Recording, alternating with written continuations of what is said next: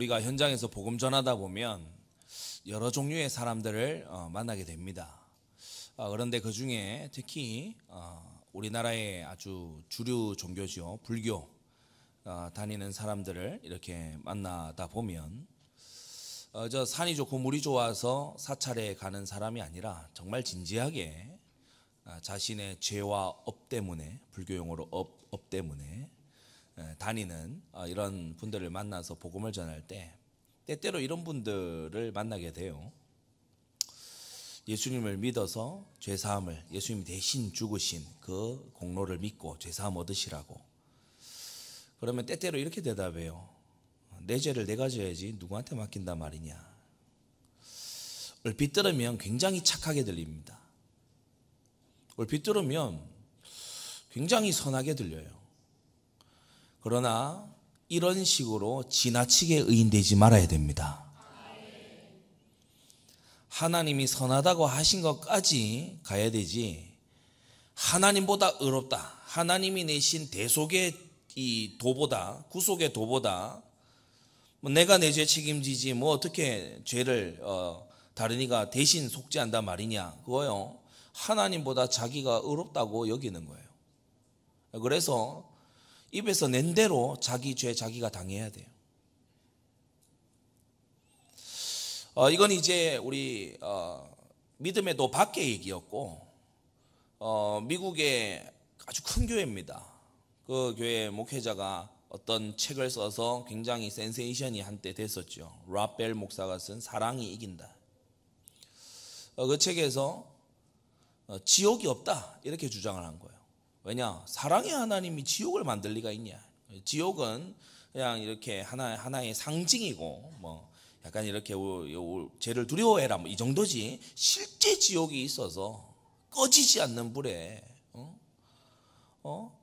이 심판의 부활로 나오게 해가지고 막 세세무궁토록 태우는, 죽지도 못하게 하고 세세무궁토록 했고, 하나님이 그러실 리가 있겠냐. 그래 지옥을 부정하는 거예요. 여러분, 주님께서는 분명히 지옥을 수없이 경고하셨고 우리는 그 위험으로부터 피해야 됩니다. 성도의 사랑은 주님의 사랑의 범위를 넘어가지 말아야 됩니다. 우리는 성경이 가는 데까지 가고 성경이 서면 서고 성경이 돌아서는 데서 돌아설 줄 알아야 됩니다. 출애굽기 34장 6절 7절에 보면 여호와로라 여호와로라 자비롭고 은혜롭고 노하기를 더디하고 인자와 진실이 많은 하나님이로라. 인자를 1000대까지 베풀며 악과 과실과 죄를 용서하나, 뒤에 단서가 달려요. 형벌 받을 자는 결단코 면제하지 않고 아비의 악을 자손 3, 4대까지 보응하리라고 하셨어요. 다 용서하는 게 아닙니다. 하나님 말씀이 분명히 말하는데 다 용서하는 것이 아니라 용서하시는 죄가 있고 용서 안 하시는 죄가 있다고 하나님 당신께서 말씀하고 계세요. 그건 구약 아닙니까? 이따가 신약의 예수님의 말씀을 들어보세요. 시편 19편 13절, 용서받지 못하는 3가지 죄가 있는데 그 첫 번째가 뭐예요? 고범죄입니다. 다윗이 이렇게 기도해요. 나는 주의 종으로 고범죄를 짓지 말게 하사 그 죄가 나를 주장치 못하게 하소서. 고범죄는요, 지으면 그 죄에 장악당해요. 그 죄가 지배해요. 회개가 안 돼요. 고의적으로 짓는 죄 뭐냐? 결심하고 계획을 세워서 아주 치밀하게 그렇게 이제 짓는 죄는요, 사람이, 성령이 임한 사람이 그토록 죄에 아주 단련될 수는 없는 거거든요. 그러니까 이게 하나님 손 밖에 있는 자야. 고범죄를 짓는 거예요. 그러니까 회개도 안 되고 용서도 안 되고 그렇게 되는 거죠. 마태복음 12장 31절입니다. 구약 아닙니다. 신약이죠. 우리 주님께서 말씀하셨어요. 사람의 모든 죄와 회방은 사하심을 얻되 성령을 회방하는 것은 사하심을 얻지 못한다라고 했어요. 성령을 회방한다 무슨 말이냐? 성령하고요 완전히 반대돼. 왜냐? 성령 없는 사람이거든. 구원 얻은 자는 하나님이 새 영을 그 마음에 주시는데, 이 성령 회방죄를 짓는 사람은 뭐냐? 하나님의 성령이 없는 사람이에요. 예배를 짓밟고 복음을 대적하고 그렇게 할 수 있는, 성령이 있다면 할 수 없을 짓을 하는 거예요. 교회를 고발하고 막 교회를 막 잔해하려고 그거요. 성령 받은 사람은 그렇게 안 합니다. 하나님의 영이 임한 사람은요, 예수를 주시라 고백하게 되고 따르게 되는 줄로 믿습니다. 그래서 성령 회방죄는 사함을 못 받아요. 왜 그러냐? 애시당초 속죄의 은혜 밖에 있는 사람이라서. 애시당초 성령이 없는 사람이기 때문에 성령 회방죄는 사함을 얻지 못하는 죄다. 히브리서 10장 26절에 보면요, 이 신령한 지식의 비침을 받은 이후에 짐짓 죄를 지으면 다시 속죄하는 제사가 없다라고 했어요. 다시 속죄하는 제사가 없다. 그래서 이 세 가지 죄, 성경 전체를 놓고 보니까, 신구약 전체를 놓고 보니까 형벌 받을 자, 결단코 면죄함을 받지 못할 죄가 세 가지가 딱 나오는데, 바로 고범죄와 성령 회방죄와 짐짓죄. 나 복음한다 이러면서 짓는 죄가 짐짓죄지요. 나 복음한다, 무슨 문제가 되냐, 죄사함 다 받았지 않냐, 그러고 마구 확신 가지고 짓는 죄가 짐짓죄입니다. 이것은 용서가 안 되지요. 사람의 용서가 안 되는 게 아니고 하나님께 용서가 안 돼요. 여러분, 이 죄에 걸리지 않도록 하시기를 바랍니다. 예전에 이 메시지가 이렇게 나오는데, 주일학교 학생들 이렇게 기도 제목을 잡아주는데 보니까 교사분들이 막 고범죄 지은 거를 뭐 회개합니다, 뭐 이렇게 이제 그 기도 제목을 잡았더라. 그래서 제가 불러다가 그 내용이 아니다, 고범죄를 짓지 않게 해달라고 기도해야 된다. 예, 메시지 똑바로 듣고 기도 제목 아이들에게 똑바로 잡아줘야 된다. 부모 교사 강습에 꼭 들어와 들으시기 바랍니다. 부모와 교사가 먼저 메시지가 정확하게 정립이 되어 있어야 돼요. 예, 그래야 기도 제목도 바르게 잡아줄 수가 있는 거예요. 고범죄, 성령 회방죄, 짐짓죄는 안 지어야 되는 죄지. 막 이거 짓고 내가 회개합니다, 그럴 죄가 아니에요. 안 지어야 되는 죄예요. 가지 않아야 되는 죄예요. 모든 죄가 안 좋은 것이지만 특히 이 죄는 우리가 범접하지 말아야 되는 죄고 두려워해야 되는 죄입니다. 이 죄는 회개가 되지 않아요. 회개하라 그래서요, 회개를 막 어쩔 수 없이 하는데 건성으로 해요. 해주는 회개, 슬쩍 가짜로 사울의 회개예요. 이렇게 뭔가 가룟유다의 어떤 인간적인 뉘우침, 가룟유다가 양심의 가책을 느끼고 자살했잖아요. 회개한 게 아닙니다. 디모데후서 4장 2절에 보면요, 이런 자들은 양심의 화인을 맞아서 완전히 이 선악을 어그러뜨리는 그러한 자들이다. 고린도전서 5장에 보니까요, 이런 죄를 교회 안에서 버젓이 짓고 머물러 있는 자를 사도는 사단에게 내어줬다, 이렇게 말씀하고 있죠. 여러분, 죄에는 회개가 따라야 되는데 회개가 따르지 않는 죄인 것을 볼 때 그것이 고범죄였구나. 그 고범죄가 그 사람을 주장하는 것을 볼 때, 죄를 이길 하나님의 새 영과 새 마음이 그에게 있을까 심히 우려되는 거예요. 우리가 받은 예수 생명, 새 생명, 성령의 이 새로운 생명은 죄를 능히 이기는 생명입니다. 죄의 소욕과 싸워 이길 수 있는 생명입니다. 얼마 전에 열이 나고 이래가지고요, 열이 막 솟고 이러니까 앞에 일정이 있고 이러니까 이제 우리가 주로 뭐 많은 어떤 응급약들이 있지만 타이레놀이 먹잖아요. 타이레놀이 먹으니까 조금 있다가 열이 확 떨어지고 뭐 사람이 좀 살겠는 거예요. 약을 먹으면 그래야 되잖아요. 그런데 뭐 약이라고 이래서 먹었는데 아무 차도가 없고 그러면요, 이 약이 이상한 겁니다. 뭐가 이게 잘못된 거죠. 정말 예수 생명 받은 사람은 죄가 싫어지게 돼 있고 죄로부터 벗어나서 의의 길로 향하게 되는 줄 믿습니다. 그렇게 되지 않고는 견딜 수 없는 마음이 속에서부터 일어나게 되는 거예요. 하나님께서 오늘 다윗에게요, 그 작업을 하고 계세요. 다윗을요, 눈물 골짜기를 지나게 하셔서 마침내 성화에 이르게 하시는, 아들처럼 대우하셔서 이 다윗을 신실히 징계하시는 이 하나님의 모습을 우리가 오늘 본문에서 보게 됩니다. 네 가지로 말씀을 정리하겠는데, 첫째, 다윗이요, 심히 가슴 아픈 눈물을 흘리게 돼요. 심히 괴로운 슬픔의 눈물을 흘리게 됩니다. 전쟁은 승리했어요. 반란은 진압했어요. 그런데 정작 아들이 죽은 거예요. 승리인데 뼈 아픈 승리예요. 가슴 아픈 승리예요.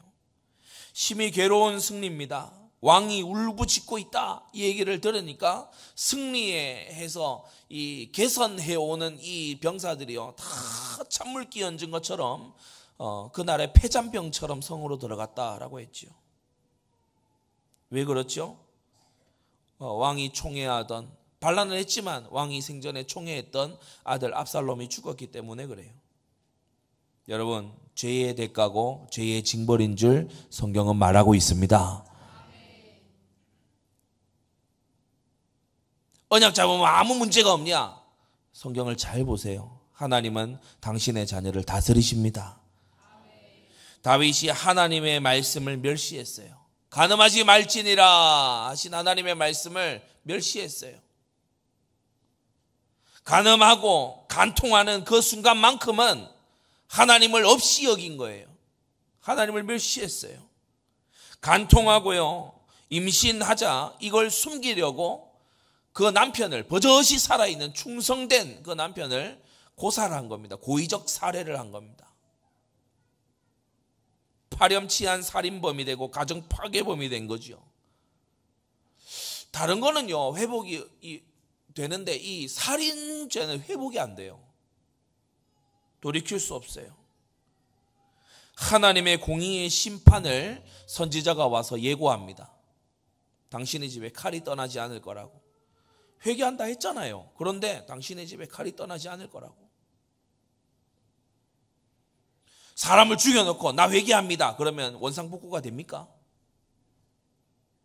하나님께서 다스리시는 거예요. 이스라엘의 공의를 다윗이 안 세우니까 하나님이 세우시는 거예요. 여러분, 가정마다 하나님의 공의와 사랑을 바로 세우시기 바랍니다. 부모가 하지 않고 지도자가 하지 않으면요 하나님이 손 걷고 나서십니다. 다윗은 자신의 죄를 철저히 회개할 뿐 아니라 딸 다말이 그런 일을 당했을 때의 공의를 세웠어야 됐어요. 다윗에게 이 기회들이 있었거든요. 정말 공의를 세울 기회들이 있었단 말이에요. 그런데 그 모든 기회를 날려버리고 지금 이제 하나님의 공의의 심판의 절정까지 밀려옵니다. 여러분, 자녀를 주의 교양과 훈계로 양육하게 되시기를 바랍니다. 다윗이 여기에 실패한 거예요. 셋째, 죄로 얼룩진 가문으로 그 명예롭던 다윗의 집안이 제사장 사무엘이 찾아와서 예배드리고 기름 붓던 그 좋던 집안이 이제 한순간에 죄로 얼룩진 가문이 되고 말았어요. 주께서 집을 세우지 아니하시면 세우는 자의 수고는 헛되고 맙니다. 노력하고 막 자녀에게 잔소리 열심히 하고 막 학원 학교 막 찾아서 막 보내고 막 치맛바람 벌럭이면서 막 애를 쓰고 주께서 세우지 아니하시면 세우는 자의 수고가 헛됩니다.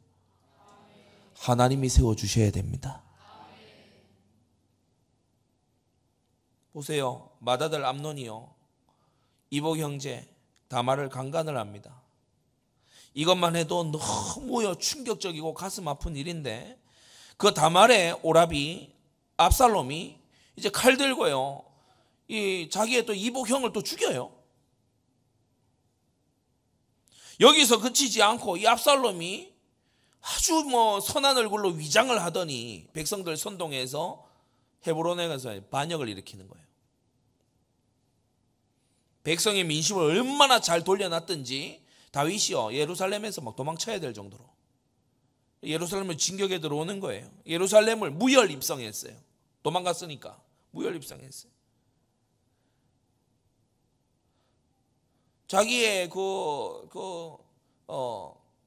이 친모는 아니지만은 이 어머니들 아닙니까, 그죠? 다윗의 후궁들이면은 이 서열상 자신의 어머니에 해당되는 겁니다. 다 강간하는 거예요. 백주에. 거기서 그치지 않아요. 아히도벨에게 이제 충동받고 후세의 이 조언을 듣고 난 다음에 단에서 브엘세바까지 전군을 모아가지고, 그러니까 이게 이스라엘 전체의 죄악으로 이제 번져가죠. 전군을 모아서 요단 건너 아버지 죽이겠다고 달려오는 거예요. 그러면서 네 번째, 이 압살롬이 상수리 나무에 머리가 걸려서 요압의 창에 이제 죽고 말지요. 하나님을 한번 제대로 찾아보지도 않고 죽었어요. 죄만 저지르다 죽었어요. 음행하고 살인하고 반역하고 부모를 거역하는 걸 넘어서서 부모에게 칼 들고 설치다가 죽었어요. 다윗이 보이는 거예요. 이 압살롬이 어떻게 됐을까? 단지 죽었다 이것 때문만이 아니에요. 다윗이 이미 죽음 이후의 세계를 아는 사람입니다. 바세바가 낳은 첫 아들 그 죽었을 때 다윗이 하는 말 보세요. 나는 그에게로 갈 수 있어도 그는 나에게로 건너오지 못한, 죽음 이유를 아는 사람이에요. 구약 신자들도 이 내세의 이 신앙이 있거든요. 아는 사람이에요. 그런데 압살롬이 아무리 봐도 하나님의 품에, 아브라함의 품에 갔을 것 같진 않아. 통곡의 연속이에요. 돌이킬 수 없어요. 영원한 현실인 지옥과 마주하는 아들을 어떻게 아비가 맨정신으로 볼 수 있겠습니까? 자, 그런데 큰 두 번째, 이 통곡하고 있는 이 다윗 앞에 권력상 2인자, 이스라엘의 권력상 2인자인 요압이 기세등등하게 등장합니다. 그게 오늘 사무엘하 19장 본문이죠. 오늘 읽은 우리 1절에서 8절까지 보면은 요압이 왕은 왕께서는 왕께서 이렇게 말은 합니다. 근데 하나도요 왕으로 이렇게 대우를 안 해요. 업신여기고 협박하고 강요하고. 요압이요 그야말로 월권하고 기세등등해진 거 있죠. 요압이, 이 사람이 바로 압살롬의 심장에 창을 찌른 사람입니다. 누구 구하를 시킨 것도 아니에요. 본인이 직접 가서 창 3개 들고 가가지고 직접 찔렀어요. 다윗이 전장에 나서기 전에 요압에게 또 군장들에게 부탁했지요. 모든 군사들 모아놓고 다 듣는 자리에서 부탁했잖아요. 나를 위하여 소년 압살롬을 너그러이 대접해달라. 너희가 전쟁이 막 급하다고 하면은 혹 이렇게 대장을 죽이자 이렇게 될 수 있는데, 나를 생각해서 압살롬을 좀 너그러이, 목숨만은 좀 살려달라 이 말이거든요. 너그러이 대접해달라 명령하고 부탁했어요. 소용이 없는 거예요. 이 요압이 보면은 이 반역에 말 안 듣는 아주 거역의 이 씨를 키워온 걸 볼 수 있습니다. 왕국이 초기에 헤브론에서 이제 전 이스라엘로 이제 자리를 잡을 때, 여러분 기억하십니까? 이스보셋과 사울의 남은 아들 이스보셋과 이 다윗의 진영이 이 이스라엘 10개 지파와 또 유다 여기로 이제 약간의 내전 상황이 있었지 않습니까? 그때에 이 아브넬이 귀환하려고 했거든요. 사울의 군장이었던 아브넬이 모든 실권을 가지고 있는, 이스보셋 진영의 실권을 가지고 있는 아브넬이 귀순 의사를 밝혔어요. 근데 이 요압이 보니까 이 두 가지 때문에 안 돼. 하나는 뭐냐? 이 아브넬은 자기 동생을 죽이는 원수야. 자기 동생 아사헬이 아주 빠르긴 빠른 민첩한 사람인데 힘에서는 아브넬에게 밀리거든요. 근데 공을 세우려고 막 추격해 갔어요. 아브넬이 안 죽이려고 했어. 내가 요압하고도 너희 형 요압하고 같은 전장에서 이 전운데 내가 어떻게 널 죽이고 요압을 보겠냐. 근데 이 아사헬이 말이 안 통해요. 죽으려면은 사람이 원래 고집이 말이 안 통해요. 끝까지 추격하더라고요. 그러니까 이 창 뒤끝으로 이래가지고 죽였는데 이걸 요압이 딱 가지고 있는 거예요. 내 동생 죽인 원수다 이러네. 그리고 또 하나는 뭐냐? 아브넬이 이제 귀순해 가지고 오면은 요압이요 아무래도 밀려요. 이 10개 지파를 막 움직일 수 있는 10개 지파 장로들을 한 번에 모으고 막 이러는 아브넬이잖아요. 그러니까 이 아브넬이 오면 요압 자기가 권력에서 밀린단 말이에요. 이 이유 때문에 암살을 합니다. 다윗은 친절하게 보냈는데 요압이 전장에서도 아니고 성문역에서 뭐 할 말이 있는 것처럼 불러다가는 암살을 해버리죠. 다윗의 뜻을 완전히 짓밟는 겁니다. 이 모습이 계속 이제 되는 거예요. 전장에 있고 지휘관이고 하니까 다윗이 밀서를 보냈죠. 그래서 우리아를 죽이는 일에 이 요압을 끌어들인 것 또한 다윗의 큰 실책이었어요. 우리아를 어떻게 교묘히 죽였는지 요압이 제일 잘 알아요. 그러면서도 좌천되지 않고 다윗의 이 왕국에서 군권을 40년 넘게 유지를 했는데 그 사이에 바로 왕자 압살롬을 죽인 겁니다. 여러분, 어떤 나라든지 그렇지만은 어떤 장관이나 어떤 귀족이 나서서 왕자를 칠 정도가 된다 이러면요, 왕을 치는 거는 이제 시간 문제입니다. 왕자를 그것도 직접 칼을 빼들어서 죽일 정도가 됐다 그러면요, 그 왕을 치는 건 시간 문제예요. 이후에 19장 20장에 보면은 다윗이요, 요압과 그 형제들을 굉장히 경계합니다. 스루야의 아들들아, 너희가 나와 무슨 상관이 있느냐 그렇게 합니다. 그러면서 솔로몬에게 유언을 할 때에도 요압을 살려둬서는 안 된다 그렇게 이제 유언을 하게 되지요. 이 요압이 아브넬도 암살하고 우리아 죽인 거는 다윗이 시킨 일이라서 자기가 막 합니다. 그러면서 그날 이후로 이 요압도 아마 다윗에 대해서 생각을 하겠죠. 저렇게 충성스러운 우리아를 죽이는 걸 볼 때 나도 저렇게 목이 날아가지 않을까? 요압도 그런 생각 좀은 할 수 있지 않습니까? 그러면서 이제 압살롬을 이제 가서 죽이는 거예요. 이 요압도 요압 자신도 잔인무도하거든요, 아주. 그러니까 가가지고요, 사정없이 죽이는 거예요. 자기가 막 친하게 지내보려고 했던 압살롬이었는데 죽이는 거예요. 그리고 이 요압이 구스 사람, 흑인이고 노예입니다. 에티오피아 출신의 사람이죠. 네가 가서 본 것을 왕께 고해라. 아히마스가 제가 가겠습니다. 제가 가서 고하겠습니다. 그러니까 너 이걸로는 상을 받지 못할 건데 왜 가려고 그러냐. 다른 날에 전해라. 오늘은 가지 마라. 극히 말리는데 극히 가려고 하니까 요압이 허락을 하지요. 그래서 아히마스가 지름길로 달려와서 먼저 소식을 전하고, 그럼 압살롬 어떻게 됐냐 물어보니까 아히마스가 그건 모르겠습니다. 뒤에 온 구스 사람이 전쟁에 승리했고 압살롬은 죽었다 이 소식을 이제 전하게 돼요.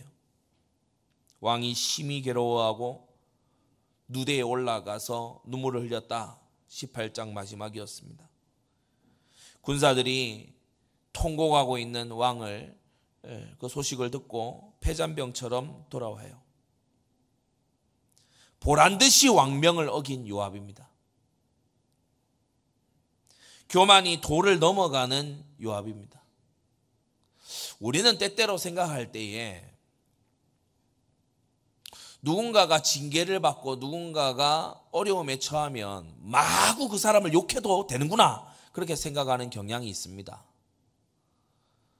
그것도 죄라는 것을 명심하십시오.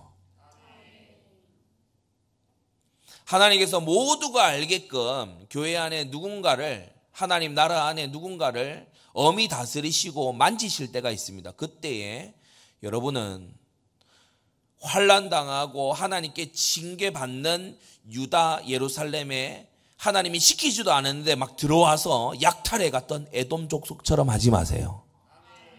구약 성경 중에 제일 짧은 성경 오바댜서가 있거든요. 그 오바댜서가 말하는 메시지가 바로 그겁니다. 하나님께 징계받는 자가 보이냐? 너도 징계를 받을까 두려워해야 되지. 징계받는 자를 보면서 쌤통이다, 그럴 줄 알았다, 니 따위께 하면서요 막 가서요 도리어 막 그런 짓 하지 마라. 요압이 지금 그러고 있는 거예요. 요압이 딱 보니까요, 왕 같아야 왕이지요. 홀로 그런 생각입니다 지금. 그리고 왕이 보니까 꼼수 쓰다가 막 하나님께 연락이 터지는데, 그러니까 자기도요 업신여기는 거예요. 물론 이 일로 다윗을 깨닫게 하시는 하나님이지만 요압은요 교만이 도를 넘은 겁니다. 자기 믿음의 직분에 합당한 말을 하시기를 바랍니다. 그러면 안 되지만은 때때로, 우리 서울 성도님들 잘 들으세요. 그러면 절대 안 되지만은 때때로 목회자들이 심한 죄에 빠질 때가 있어요. 그러면 안 되지만 여러분, 그럴 때에는 이런 말 저런 말 막 주고받고 그렇게 하지 말고 기도하세요. 젊은 날 주를 위해 살겠노라고 그렇게 기도하고 자신의 젊음을 막 사명에 던져놓는 그런 사람도 죄에 쓰러지고 그렇게 뻔뻔하게 바뀌어간다면 여러분은 얼마나 더 죄를 멀리해야 되겠습니까?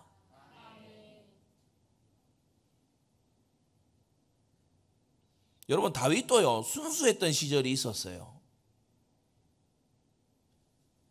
다윗이 처음부터 막 유부녀 꼬드겨서 자고 이런 사람 아니었습니다. 이 다윗이 넘어졌다면, 이 다윗이 그리고 죄 지은 다음에 마음이 그토록 단단해지고 강팍해지고 굳은 마음이 되어갔다면 우리는 얼마나 죄를 멀리해야 되겠는가? 우리 그렇게 바로 깨달아야 됩니다.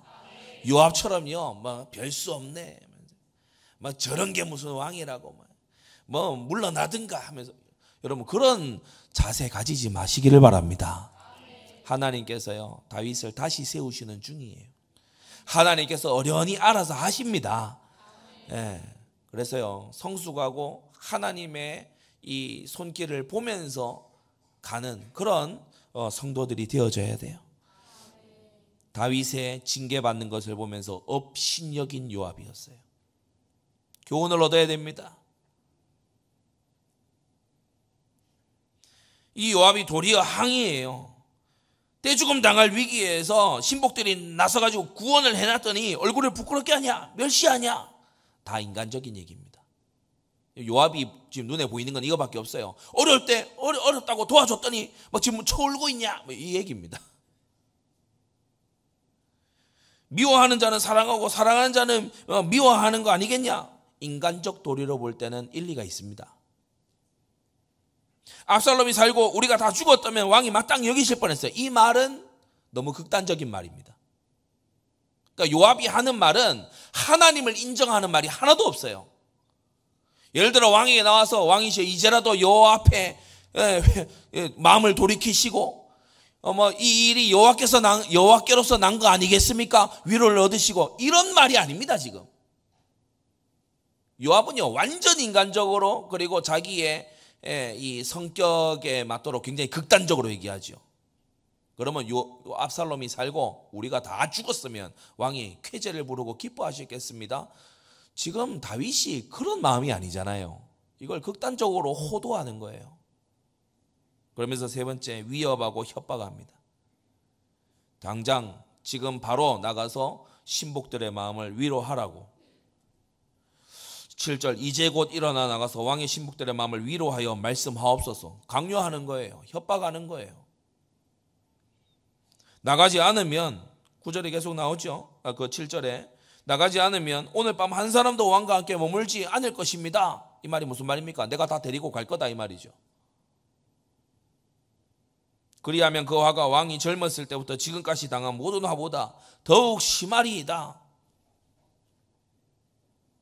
대놓고 협박하는 거예요.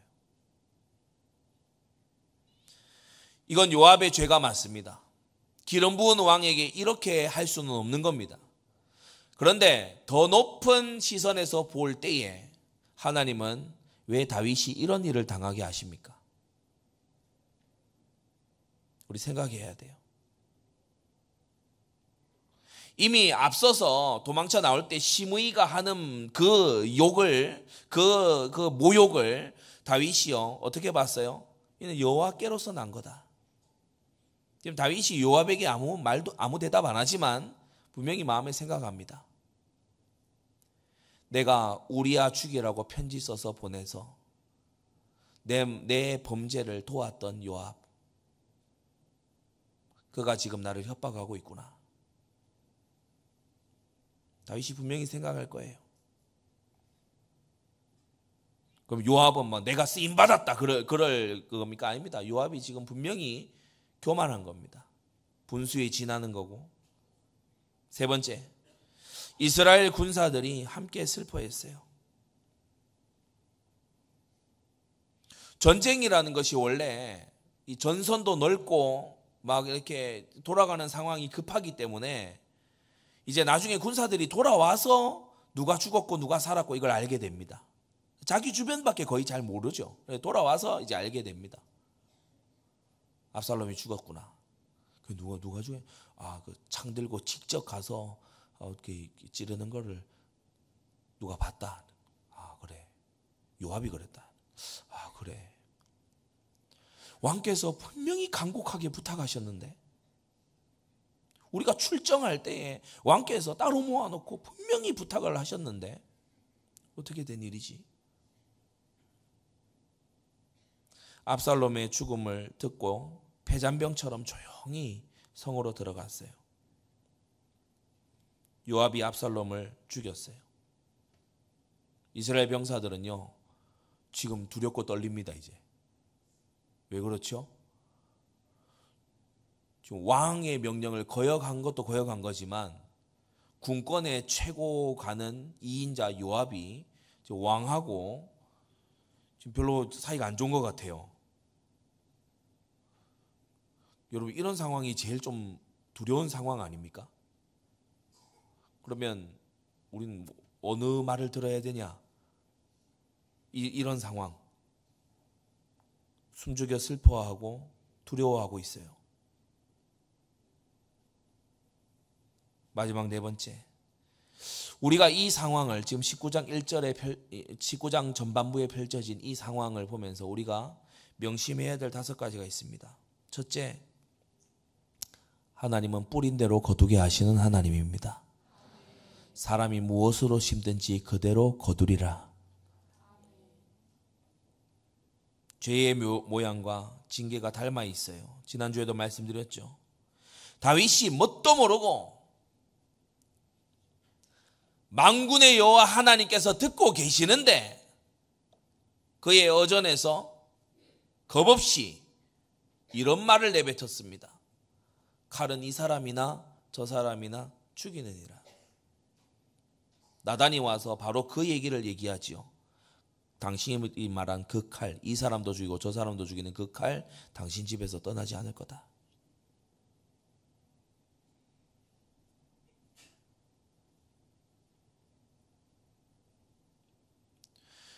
충성스러운 신하와 아주 충성스러운 장수들의 죽음을 대수롭지 않게 얘기했어요.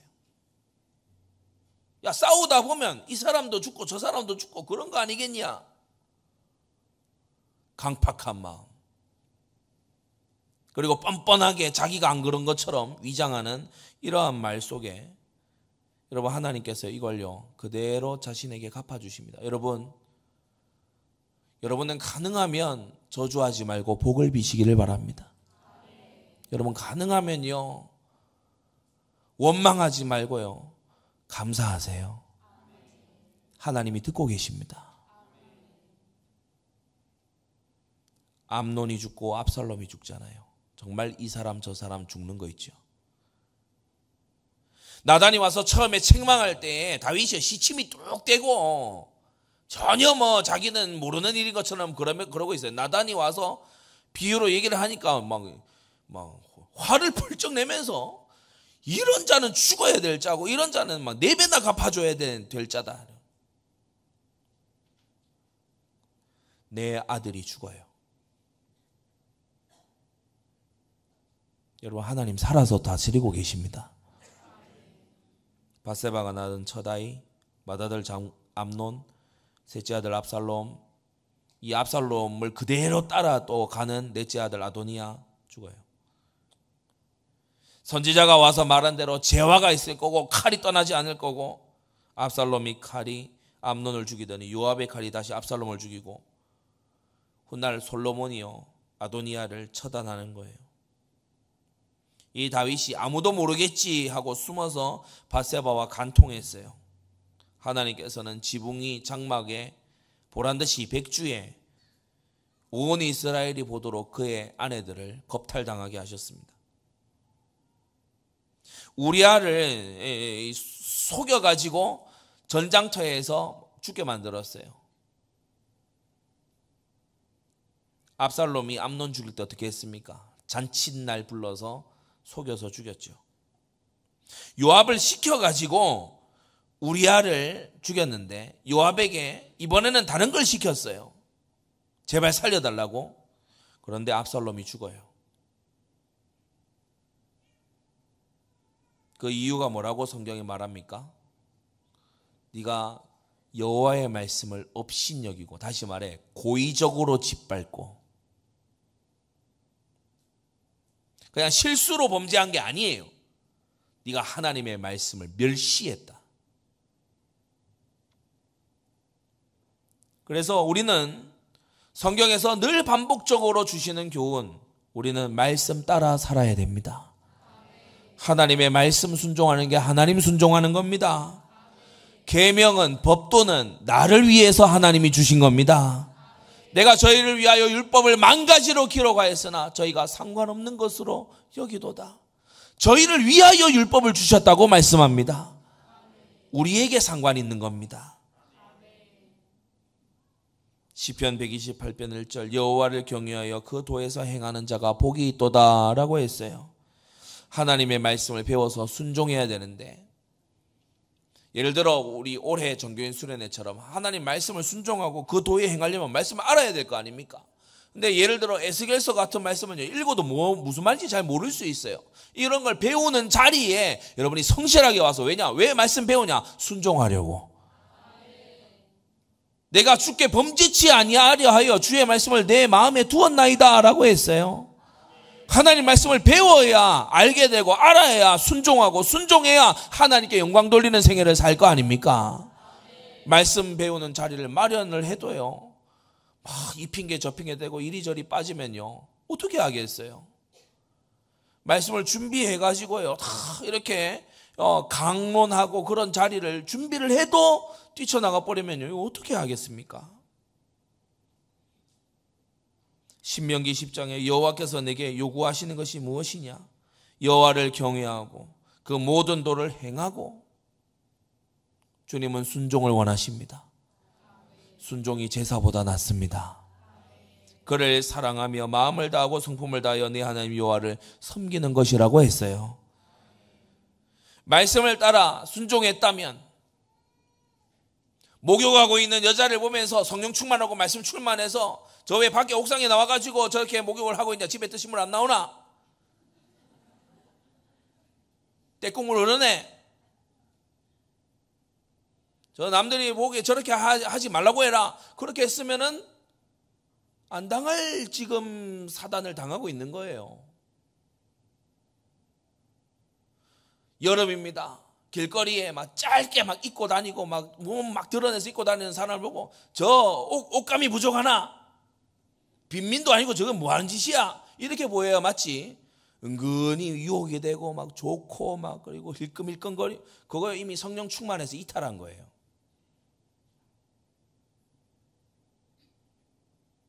죄가 더러워 보여야 됩니다. 성령 충만 떨어지면요, 그렇게 돼요. 말씀이 나를 지키지 않으면 그렇게 된다니까.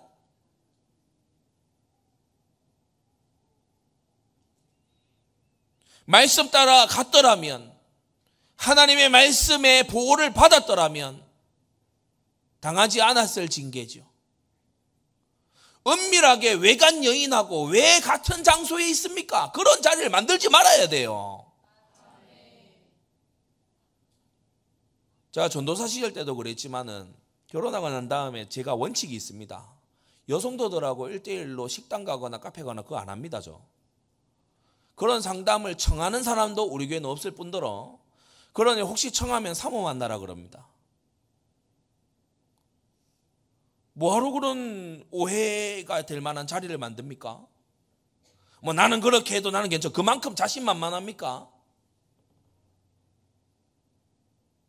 여러분, 말씀의 그 범위 안에 있어야 돼요. 죄는 모양이라도 버리라고 했어요. 비슷한 근처에도 가지 마세요. 뭐하러 밤에 쓸쓸거리고 돌아다닙니까? 일찍 자야지. 그럼 밤 문화에 익숙한 사람 되지 마세요. 인터넷 아무데나 들어다니고 그러지 마세요. 정말 영적으로 무장하시기를 바랍니다. 셋째, 이 압살롬을 보면서, 또 미리 죽은 암논을 보면서 우리가 교훈을 얻어야 돼요. 자녀를 고생할 때에, 어려울 때에, 아직 갖춰지지 않았을 때 낳아서 키워야 됩니다. 사무엘하 3장에 보면요, 다윗이 헤브론에서 쭉 아들들을 낳는데 그 중에 맏아들 암논이 있어요. 오후에도 우리 담임 목사님 아주 말씀 강조해 주시겠지만은 바로 이게 문제입니다. 태어나 보니 왕자야. 이게 문제예요.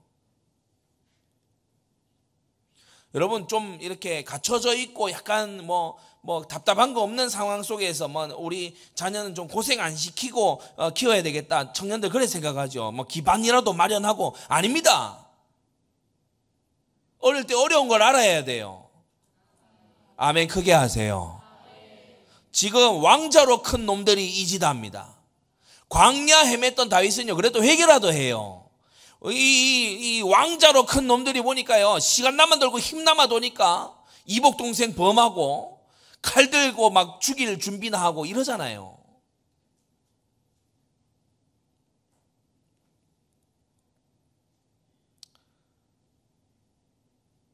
저 아주 어릴 때 친했던 그 다른 PK 목사님 그 아들들이 있어요.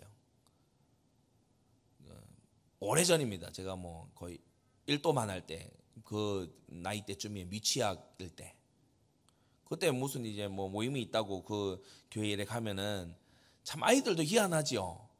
꼭 가면은, 야, 우리는 목사님 아들들이고 너희는 장로님 아들들이니까 저리 가. 그거 희한하죠. 제가 나서서 그런 건 아닌데 막 그러더라고요. 그래, 있으면요, 그 당시에 그 교회가 좀 큰 교회, 우리 교회는 되게 개척교회고, 그 교회는 큰 교회예요. 이 형이, 저에게는 형인데, 어떤 형이 뭐라 그런가 하면은, 다른 애들은 다 나가고, 정원이만 들어오라는 거예요. 그래가지고, 그런 안에서 철인 28호 볼 거니까, 정원이만 들어오라는 거예요. 다른 애들, 나도 보고 싶어. 나도. 우리도 같이 보면 안 돼? 안 돼. 정원이만 들어오라고. 갑자기 으쓱해지는 거예요. 우리 집에 없는 TV가 여기 있어. 그래서 들어가서 철인 28호 보니까 막 팔도 나가고 막 하더만요. 딱 좀 오래 걸렸는데 나오 보니까 애들이 그 문 앞에 다 서 있어요.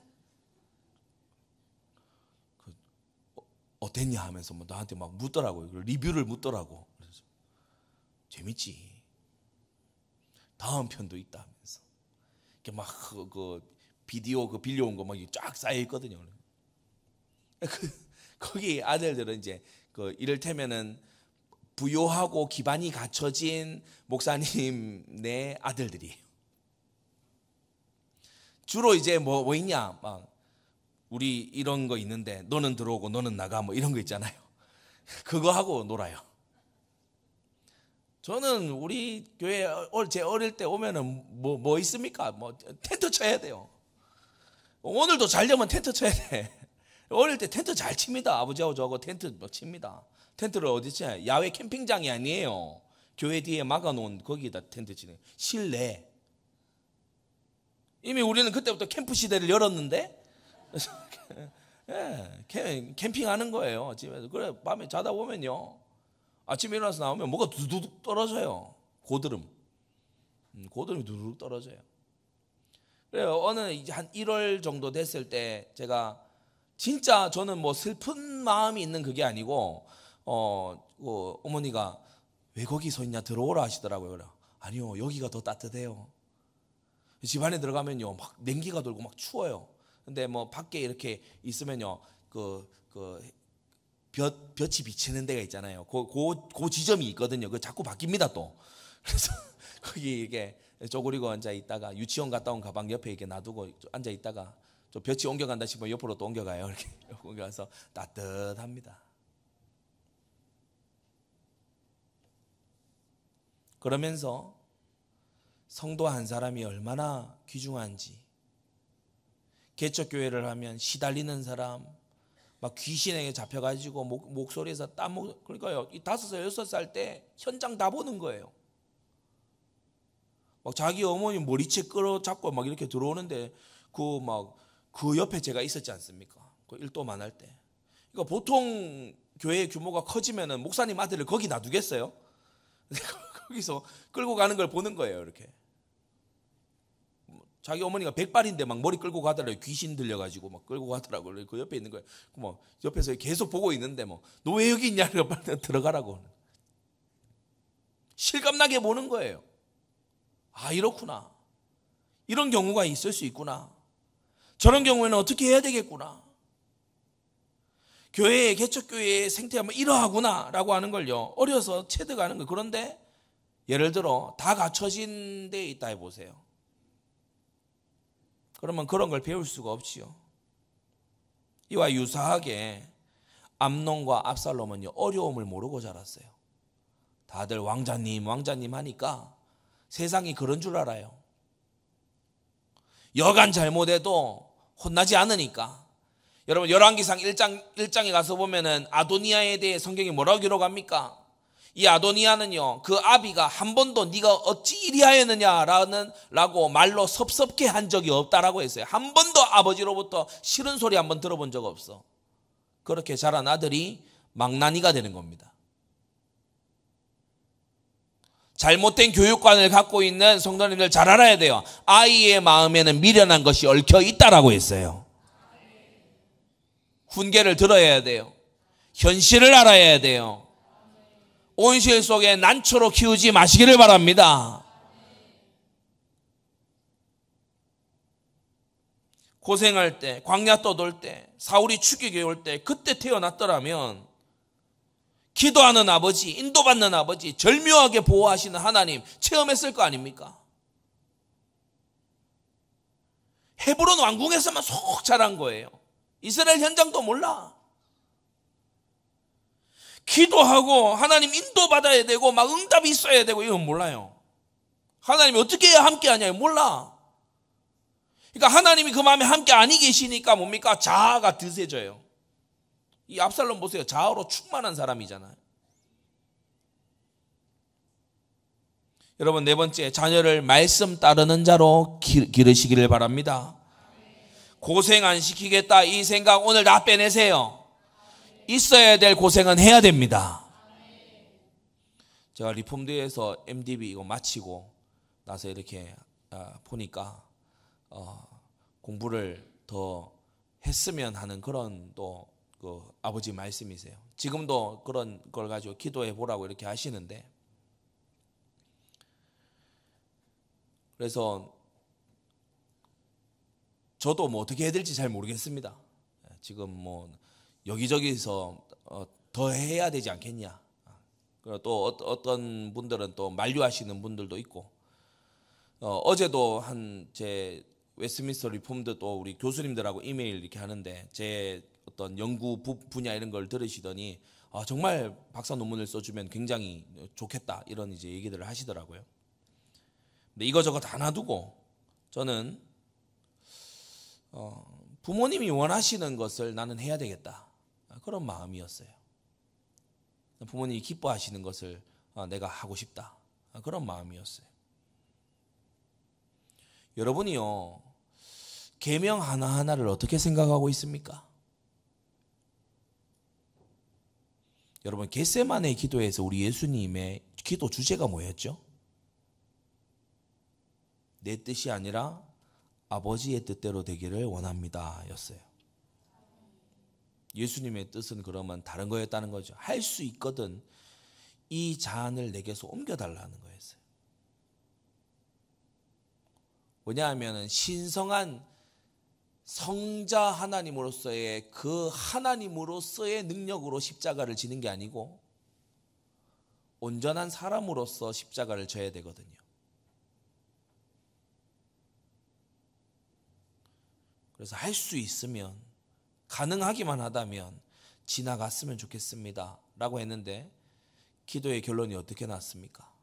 그런 내 뜻이 아니고 아버지의 뜻대로 되기를 원합니다. 우리 예수님은 십자가 사역 앞에서 5계명을 지키셨어요.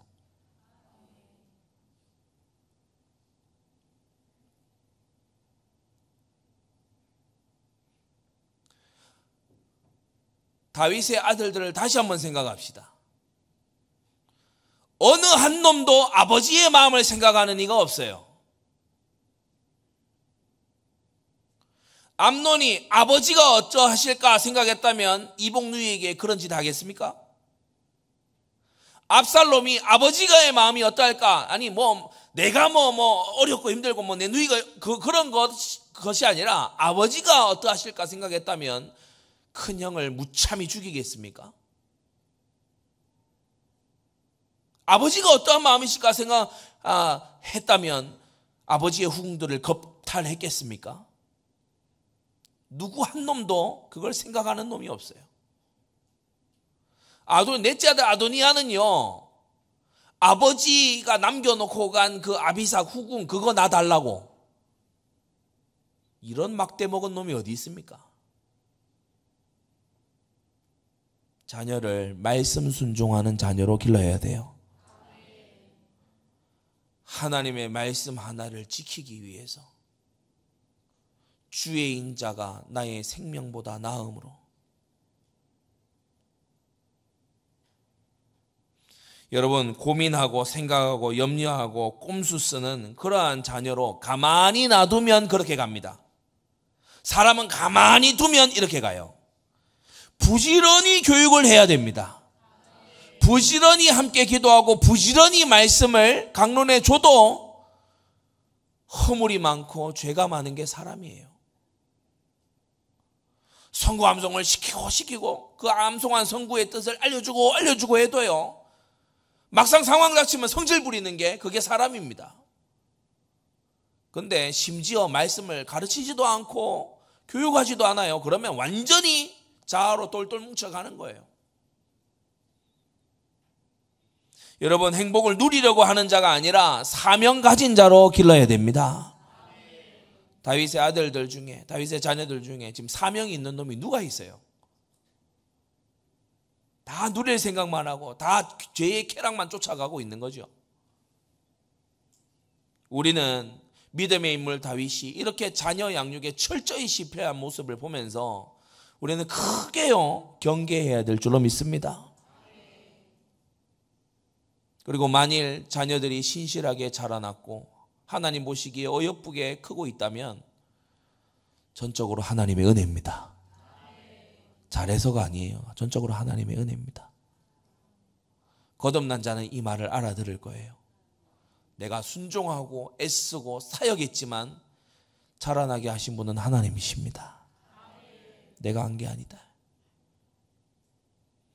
강팍하고 교만한 은혜 입지 못한 생각은 양극단으로 치닫습니다. 내가 막 하니까 됐지. 이 극단으로 가든지, 아니면 하나님이 은혜 안 주시니까 안 되네. 여러분, 그렇게 가지 말아야 돼. 이 말씀 듣는 이 시간이 바로 은혜의 시간입니다.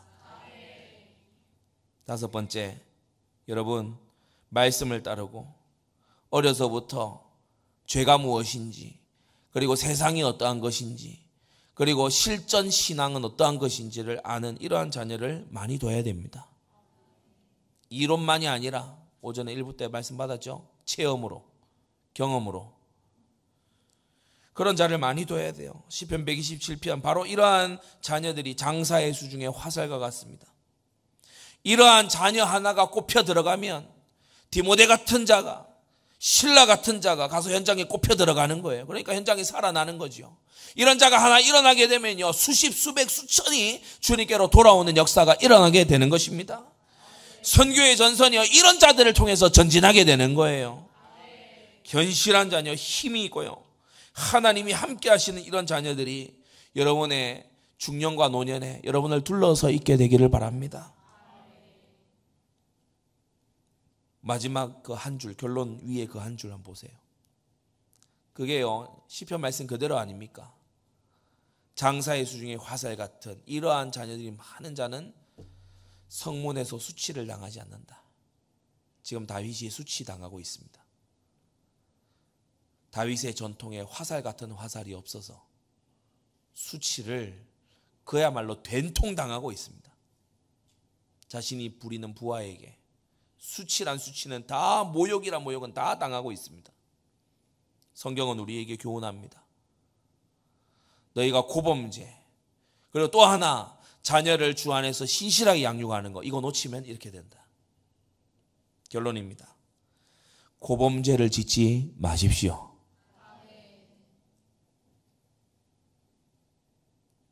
사명에 멈춰 있을 때 우리 다시 가장 처음으로 돌아가서 다윗이 언제요? 낮잠 자고 있을 때.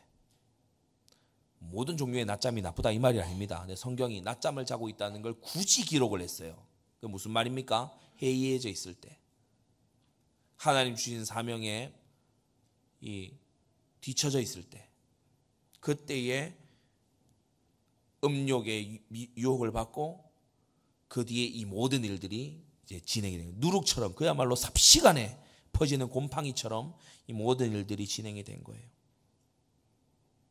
항상 정신을 차리고 하나님의 소원, 전도와 선교 이것을 두고 기도하고 충성하고 여기에 관심을 쏟는 우리가 돼야 됩니다.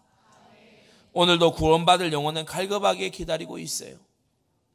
오늘도 구원받아서 교회의 제자로 자라가야 될 사람들이 기다리고 있습니다. 지난주 새가족반에 못 온다 이런 지금 분들 정착팀들 이렇게 보고 하는 거 보니까 다음 주에는 가겠다 뭐 이런 분들이 있는 것 같아요. 그 다음 주가 영원한 다음 주가 되지 않도록 사역해야 돼요. 연락해야 돼요. 여러분 교회 오는 게 쉬운 것 같습니까? 교회 오려고 할 때요 꼭 무슨 일이 생겨요. 얘기해놔야 돼요. 꼭 무슨 일이 뭐 친척이 갑자기 연락이 올 거다. 내가 미리 얘기했다. 오면은 그 방인 줄 알고 딱 올 힘이 있겠다고 와야 된다. 여러분 한 사람 한 사람이 제자로 자라가는 그 일, 우리 예수님의 지상명령인데 사탄이 제일 싫어하는 일입니다. 우리 그거 하는 거거든요. 진짜 깨어 있어야 될 줄로 믿습니다. 기도하겠습니다. 거룩하신 아버지 하나님, 오늘 우리 다윗의 이 통곡과 심히 이 가슴 아픔을 보면서 우리가 크게 교훈을 얻게 하여 주시옵소서. 고범죄가 이렇게 무서운 결과를 낳는 것임을 아버지 하나님께서 사랑하신 그 다윗을 들어서 오늘날까지 증거하고 계시는 하나님, 우리가 고범죄를 정말 극히 피하고 멀리하는 우리가 되게 하여 주시옵소서. 죄악된 것이 우리 마음에 들어서지도 말게 하여 주시옵시고 우리 눈과 귀에 들어서지 않도록 정말 우리가 파수꾼 세우는 하나님의 사람들이 되도록 역사하여 주시옵소서. 자녀를 양육하지 못하여 믿음으로 키우지 못하여 그저 아버지 왕자로만 키웠고 편하게만 키웠던 이 다윗이 어떠한 결과와 어떠한 노년을 맞이하는지를 우리가 봅니다. 아버지 하나님, 우리 자녀들을 주 안에서 양육하게 하여 주시되 특별히 세상을 알고 현장을 아는 아이들로 양육할 수 있도록 역사하여 주시옵소서. 예수 그리스도의 이름으로 기도드리옵나이다. 아멘.